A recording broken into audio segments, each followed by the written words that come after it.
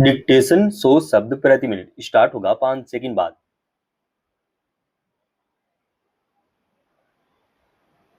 Start.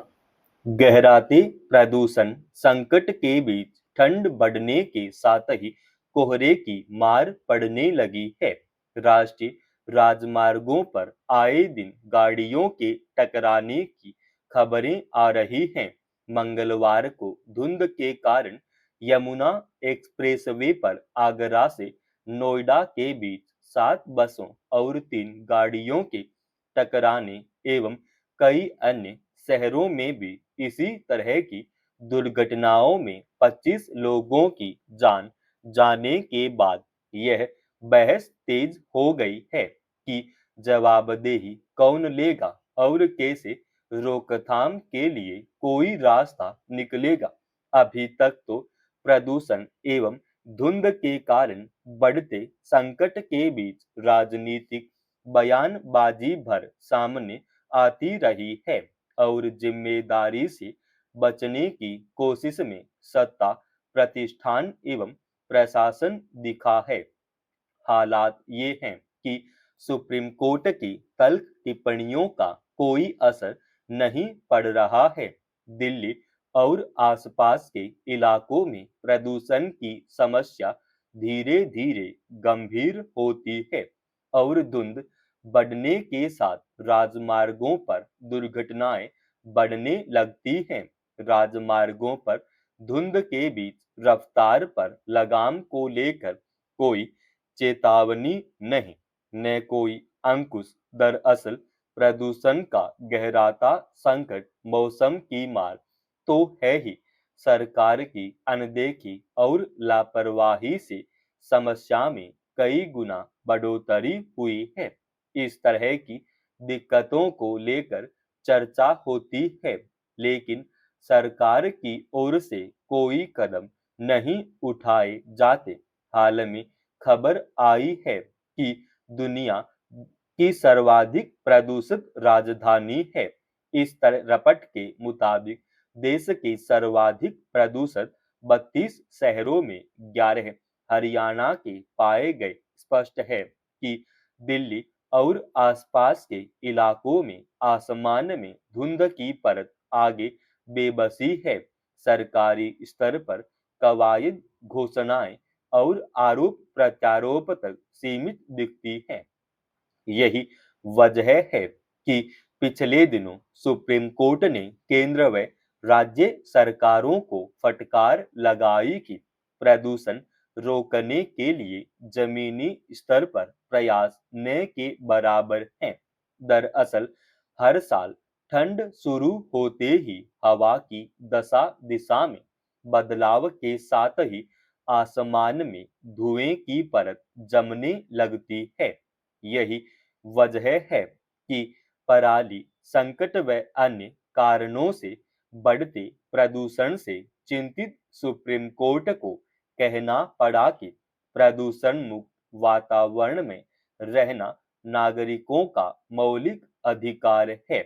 हालत यह है कि बहुत सारे लोगों के सामने सांस से संबंधित परेशानियों सहित कई तरह की मुश्किलें पैदा हो रही हैं, लेकिन अब भी प्रदूषण को कम या दूर करने के लिए कोई ईमानदार इच्छा शक्ति नहीं दिखती।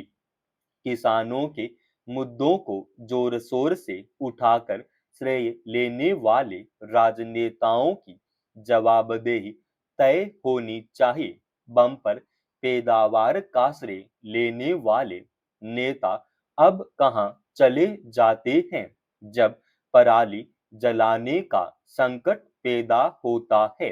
यह भी हकीकत है कि प्रदूषण संकट के मूल में सिर्फ पराली समस्या ही नहीं है। हमारी उपभोक्ता संस्कृति, वाहनों का अंबार, सार्वजनिक यातायात सुविधा का पर्याप्त न होना, अनियोजित निर्माण कार्य, जीवाश्म ईंधन का प्रयोग तथा कूड़े का वैज्ञानिक तरीके से निस्तारण न होना भी प्रदूषण संकट के मूल में है।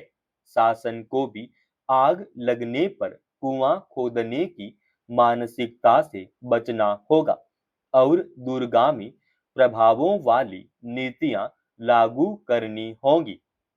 जवाबदेही तय होनी चाहिए। पंजाब में पिछले कुछ वर्षों में खिलाड़ियों की हत्या की घटनाएं बढ़ी हैं, मगर जिस तरह से कबड्डी खिलाड़ी कंवर दिग्विजय सिंह उर्फ राणा बाला चौरिया की पिछले दिनों हत्या की गई, उससे कई सवाल उठे हैं। यह व्यवस्था की भी नाकामी है। इस मामले में बुधवार को एक आरोपी उस समय पकड़ा गया जब पुलिस उसका पीछा कर रही थी। मुठभेड़ में वह घायल हो गया। बाद में उसने अस्पताल में दम तोड़ दिया। इस मामले की तह में जाने और गिरोहबाजों का पर्दाफाश करने के लिए पुलिस लगातार छापे मार रही है। उसने बाला चौरिया की हत्या में 3 आरोपियों की शिनाख्त की थी। 2 के नाम जाहिर किए गए, लेकिन तीसरे का नाम सार्वजनिक नहीं किया गया था। मारा गया बदमाश वही तीसरा आरोपी है।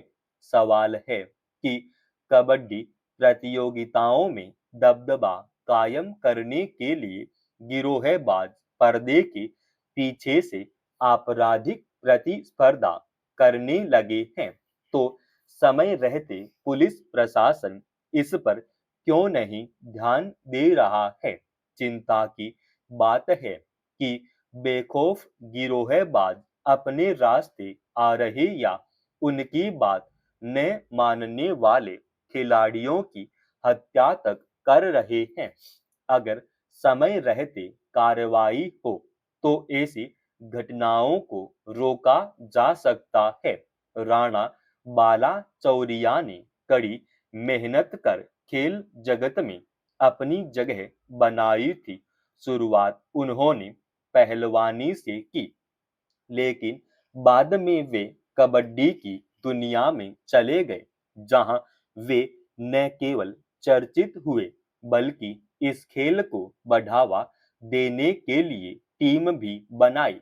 कोई भी खिलाड़ी बरसों की मेहनत और लगन से अपनी एक पहचान बनाता है, मगर यह दुखद ही है कि वे जाने अनजाने गिरोहबाजों के चंगुल में फंस जाते हैं। कभी उनसे रंगदारी मांगी जाती है तो उन पर कभी बेजा दबाव डाले जाते हैं। पिछले कुछ वर्षों में खेल जगत जितना चमकदार हुआ है, गिरोहबाजों ने इसे उतना ही दागदार बना दिया है। खिलाड़ी मन लगाकर खेलें और देश का नाम रोशन करें। इसके लिए जरूरी है कि सरकार उन्हें सुरक्षित माहौल दे और गिरोहबाजों पर सख्ती से लगाम लगाए। कानून का राज दिखना चाहिए और साथ में गिरोहबाजों में कानून का खौफ भी। समाप्त। दोस्तों, रोजाना ऐसे ही एडवांस डिक्टेशन के लिए चैनल को आप अभी सब्सक्राइब कीजिएगा। और आज के इस डिक्टेशन का पीडीएफ फाइल हमने हमारे Telegram channel study with HP Swami पर डाल दी है, जिसका लिंक इसी वीडियो के डिस्क्रिप्शन में डाल रखा है।